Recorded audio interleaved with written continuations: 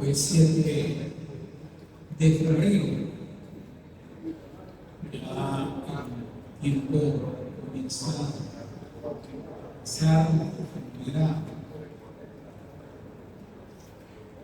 rápida. Sábado Shabbat, 20 de Shabbat, 5.786 de la creación, casi 2000 años de la era mesiánica. Y dice que tiene clase, ¿ah? Que tiene un solo alumno.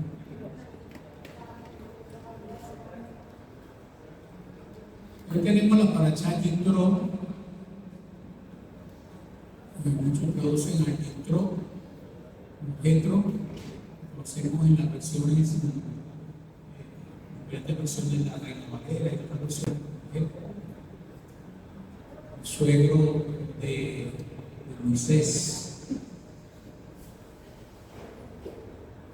Dice que la bendición viene por los suegros. Muchos pueden contar esa historia particular. Otros no tienen muy buena experiencia con suegros. Otros hablan de los suegros de la tío. Pero este suegro es un suegro muy especial. Por eso que he tomado en la Torah un ejemplo.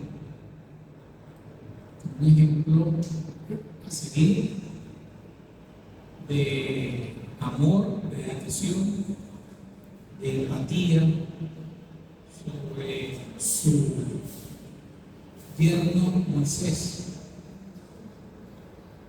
Y esta paracha entró en el número 17 del ciclo bíblico de la Torah. Se encuentra en Shemot, Éxodo, capítulo 18, verso 1 al capítulo 20, 23. Tenemos aproximadamente 1705 años de la era común, de la era mesiánica. La autoridad dice, está el bate, y por ahí está el bate también. Sí.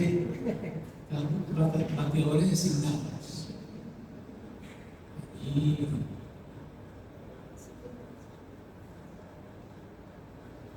prevenidos.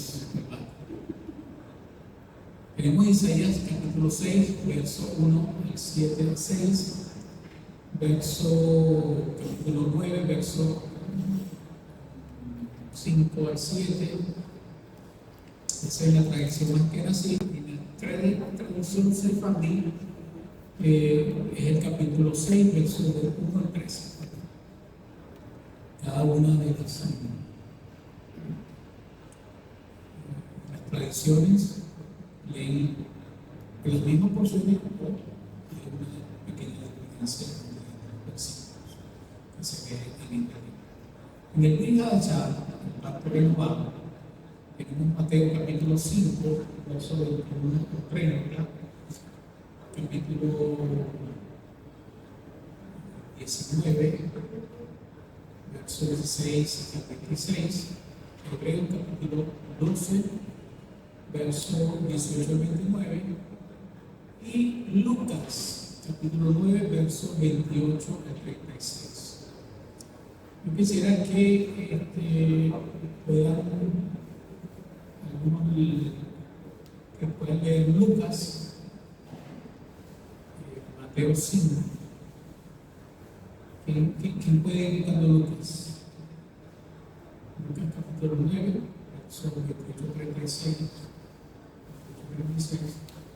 Mateo, permíteme buscando Mateo capítulo 5, verso 21 al 30, y en Hebreo capítulo 12, verso 18 al 29. El que esté buscando me dice, Mateo capítulo 5. Ahí está. ¿Se ve? Vemos Yitro, que significa abundancia, plenitud.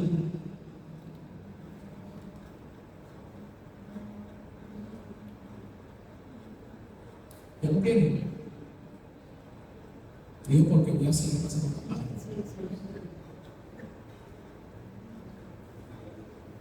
Se trata entonces, esta paracha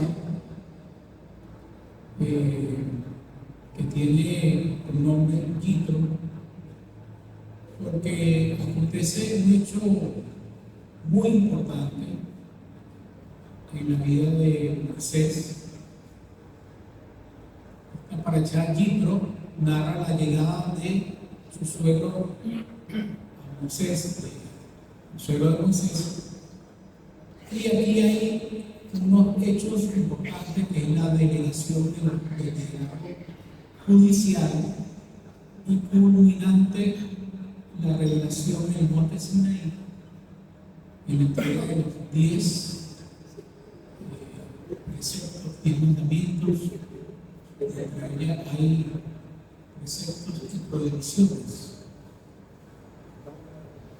Es el momento cumbre donde Israel se constituye como una nación. Allí, realmente, es cuando es constituida como una nación santa al recibir la Torá, marcando un hito de abundancia espiritual. Ahí comienza, o se desprende una cantidad de enseñanzas que vamos a seguir viendo en las próximas parachones. Y el significado entonces deriva de la raíz que indica sobrante, excelente o abundante.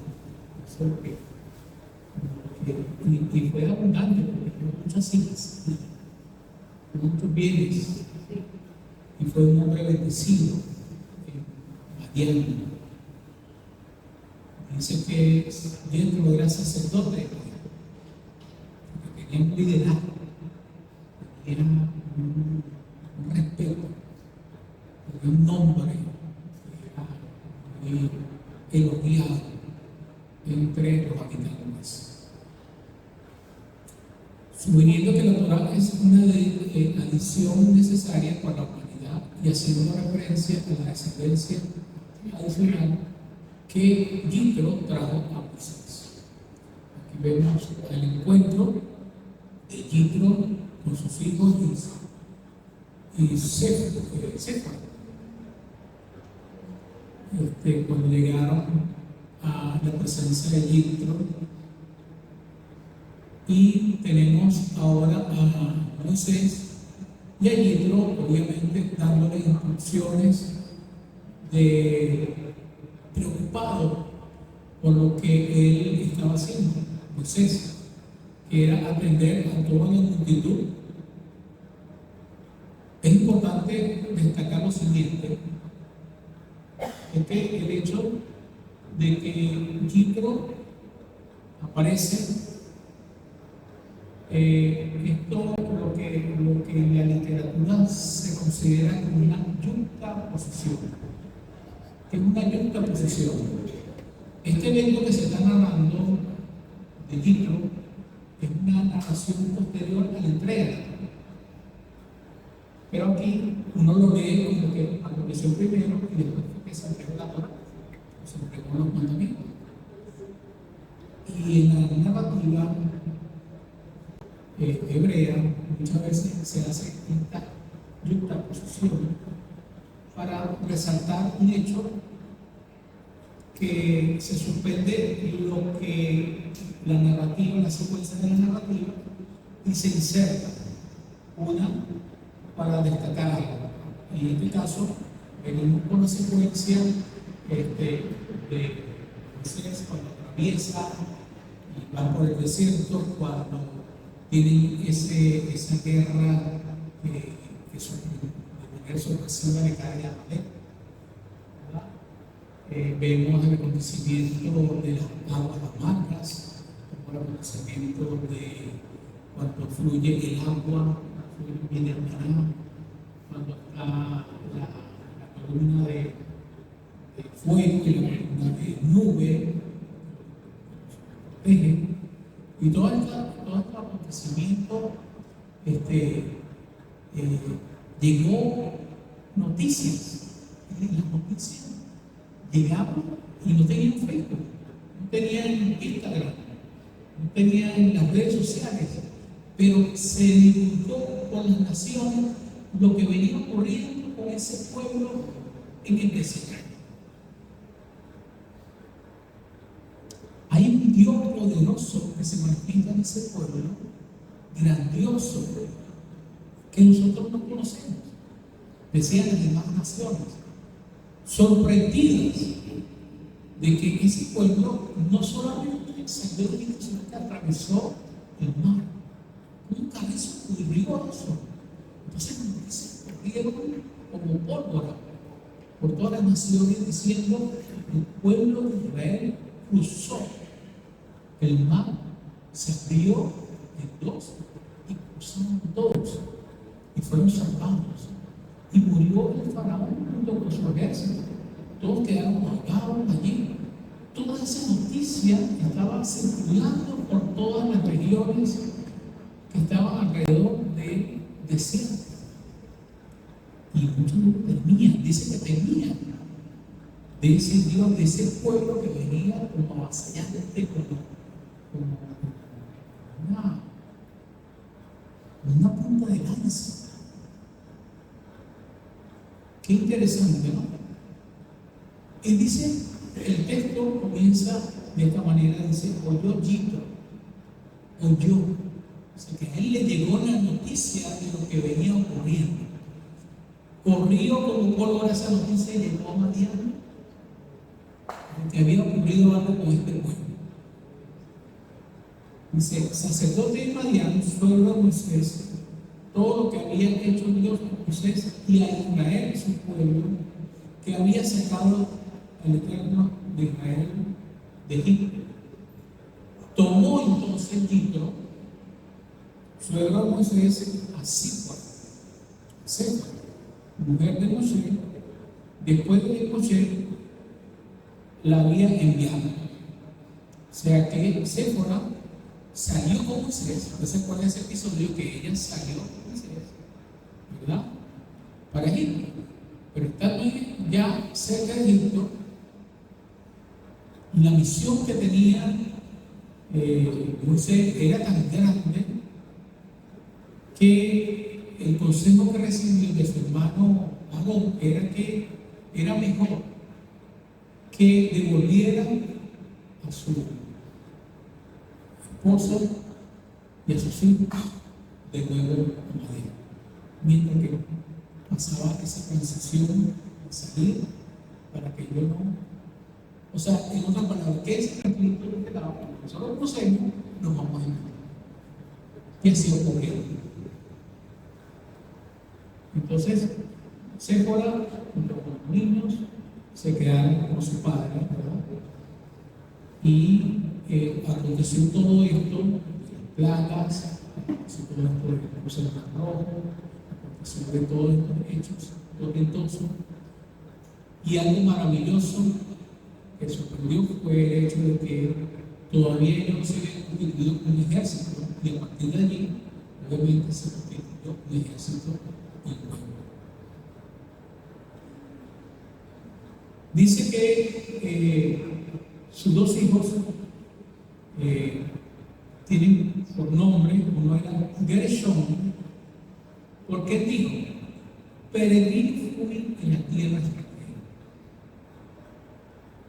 Y el nombre del otro, Eliezer, porque el Dios de mi padre estuvo en mi ayuda y me salvó de la espada. En español, Gershom y Eliezer. Gershom y Eliezer. Porque me dijo: me salvó de la espada del faraón. Dice sabios en algunas literaturas de gracia, que habla de que Moisés estaba a punto de ser puesto a prueba, que iba a ser decapitado. y su cuello se volvió como una roca cuando la espada rebotó y se sacó. Por eso que dice esta expresión claramente, y me sacó de la espada del faraón. O sea que el Eterno tuvo misericordia y bondad, que en ese hecho de salvarlo era obviamente para cumplir el propósito de Dios. Entonces vino Jitro, suegro de Moisés, y los hijos de la mujer de Moisés, donde estaba Moisés, al desierto donde él acampaba allí, frente al monte de Dios. Y dijo Moisés, yo soy tu suegro, Jitro. No sabía, yo soy tu suegro, Jitro. No lo olvides, recordando, ¿verdad? Vengo a ti con tu mujer y tus dos hijos. Entonces salió Moisés, el pueblo con su suegro, se prosternó, lo besó y se procuraron el uno por el otro por su paz. Y entraron en la tienda y refirió Moisés a su suegro todo lo que había hecho el Eterno al faraón y a Egipto por causa de Israel y todas las tribulaciones que había encontrado en el camino. Todas las tribulaciones. Y que lo salvó el Eterno. Y entonces se alegró Jitro por todo el bien que había hecho el Eterno a Israel, pues lo había salvado de la mano de él. Y dijo Jitro, bendito sea el Eterno que salvó a ustedes de mano de Egipto y de la mano del faraón, salvando al pueblo de estar debajo de la mano de Egipto. O sea, es un reconocimiento de Egipto que hizo. Ahora sé, aquí reafirma realmente el poderío y la soberanía del Eterno. Ahora sé que solo es grande el Eterno, sobre todo los ídolos, porque la misma cosa que le premeditaron les ocurrió a ellos. Lo mismo que le ocurrió, ¿verdad? Lo mismo que las intenciones con que ellos venían, todo se les volvió hacia ellos. Tomó entonces ofrenda y Jitro sobre Moisés, holocausto, sacrificó para Dios, y vinieron Aarón y todos los ancianos de Israel para comer pan con el suegro de Moisés delante de Dios.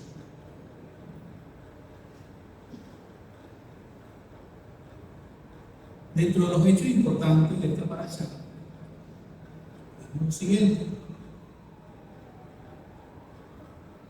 que Jitro escucha sobre los milagros del Éxodo, se reúne con Moisés, expresando su reconocimiento al Dios de Israel,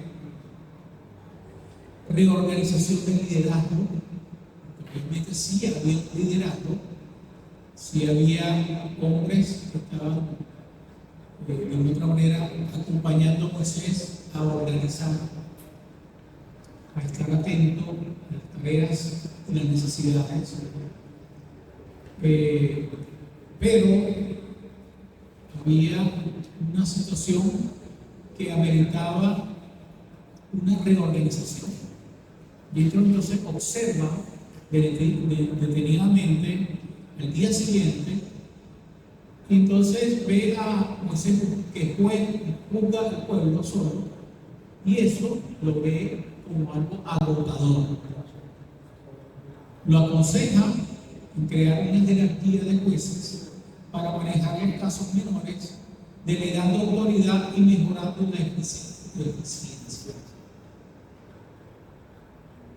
Al llegar al Sinaí, los israelitas acampan al pie del monte Sinaí, preparándose para recibir la Torá, unidos con una sola persona.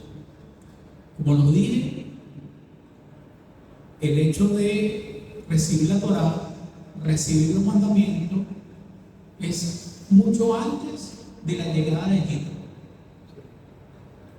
O sea, no ocurre después de Egipto, ocurre antes de Egipto.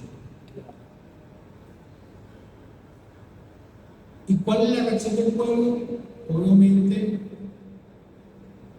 la teofanía, que es la manifestación poderosa del Eterno en ese lugar que había terminado con truenos, con voces. El pueblo es aterrorizado por la intensidad de esa experiencia divina que ven los sonidos. Los israelitas piden a José que actúe como intermediario. Si nos imaginamos por un momento, por un instante, estuvimos allí al pie del Sinaí, escuchando esos truenos, solamente el ver el trueno, el ver la nube, el ver la centella, el ver escuchar esa voz, wow, es algo increíble que nos invitaría a nosotros a acostarnos. Yo me encontraría en adoración, y la adoración al Eterno siempre fue al suelo, tirarse al suelo. La adoración era que me inclinaba o me venía así, o era tirarse todo en el suelo. Hasta tragado un tiempo. Imagínate.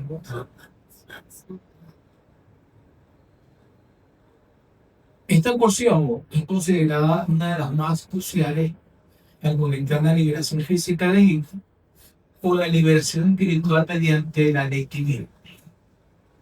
Había una conexión física, pero tenía que darse también una desconexión emocional y espiritual, porque ellos venían cargados.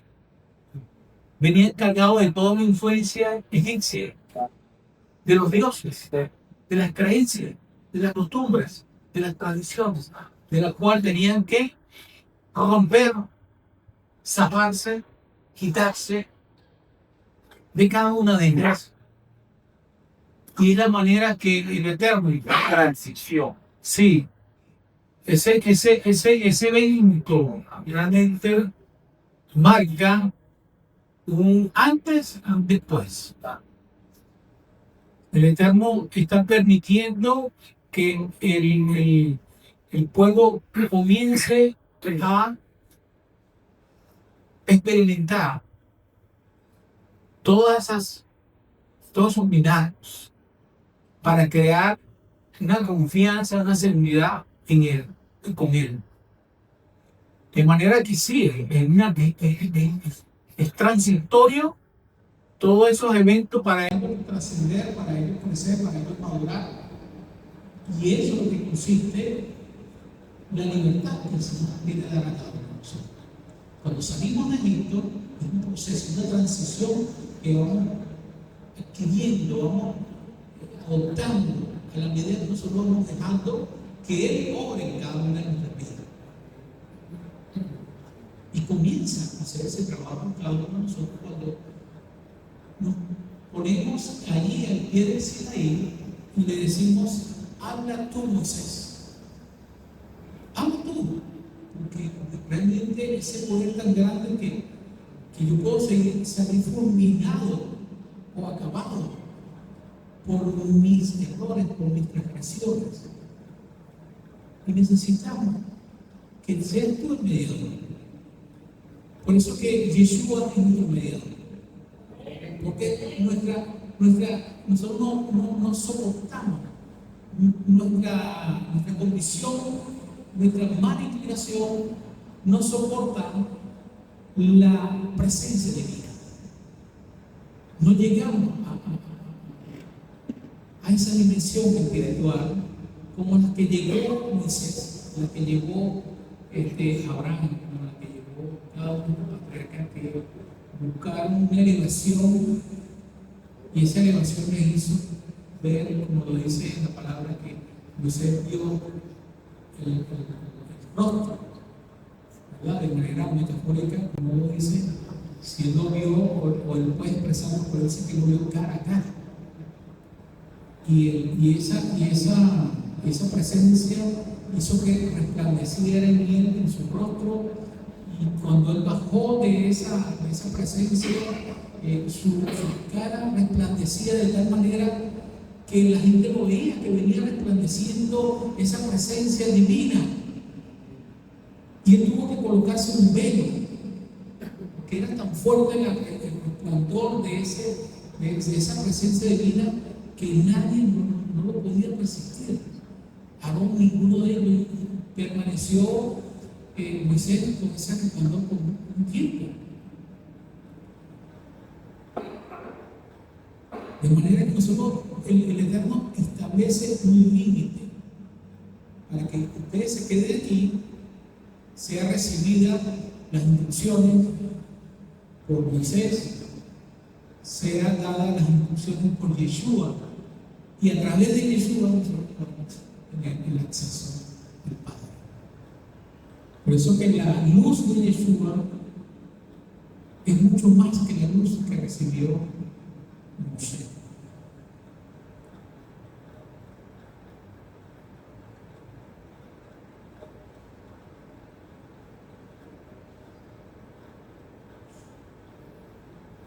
Hay una metáfora de la sabiduría. Sin Torah no hay comportamiento correcto. Y sin comportamiento correcto no hay Torah. Nosotros tenemos que tener claro de que el comportamiento con el conocimiento es más elevado que el comportamiento sin el conocimiento.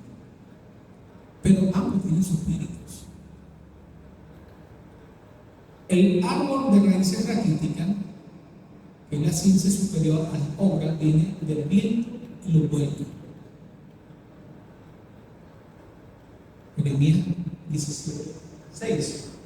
El árbol junto a las aguas, que son las obras superiores a la ciencia, ni todos los vientos ni la tierra pueden moverlo, porque su raíz se profundiza. Y aunque vengan huracanes, vientos, tormenta, permanece firme.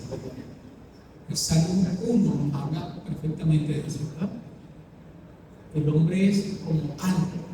Y en este mes, en este tiempo que celebramos Shabbat, el árbol representa, somos como árboles plantados junto a corrientes de agua viva. Que si estamos allí junto a esa corriente, y esa corriente y esa agua viva representa a nuestro Maestro Jesús, si estamos cimentados en esa corriente, dice que sus ramas son frondosas, sus hojas son verdes constantemente y dan su fruto a su tiempo. Y si esperan que nosotros demos fruto a su tiempo.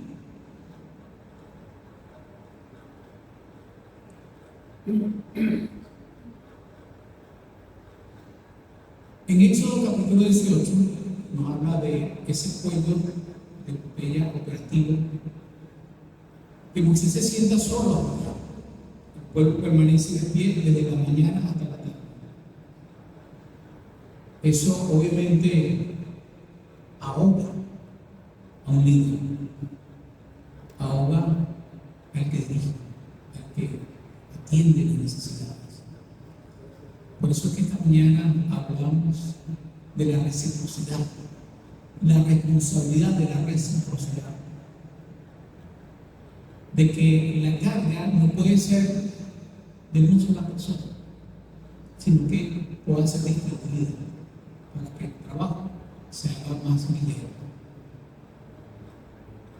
Sin estrés, como Moisés comenzó a juzgar, obviamente esto lo llevó a un nivel de estrés, porque todos me venían a consultar. Yo ahorita me siento súper cómodo, porque aquí nadie consulta.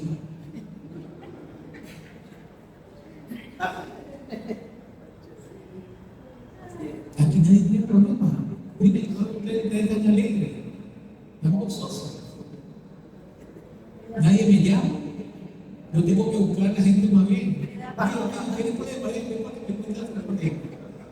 Aquí no llega la gente a la gente. Me da pena. Sí, hay algunos que me han llamado, sí, hay algunos que he podido conversar, pero necesitan organización de las cosas. Necesitan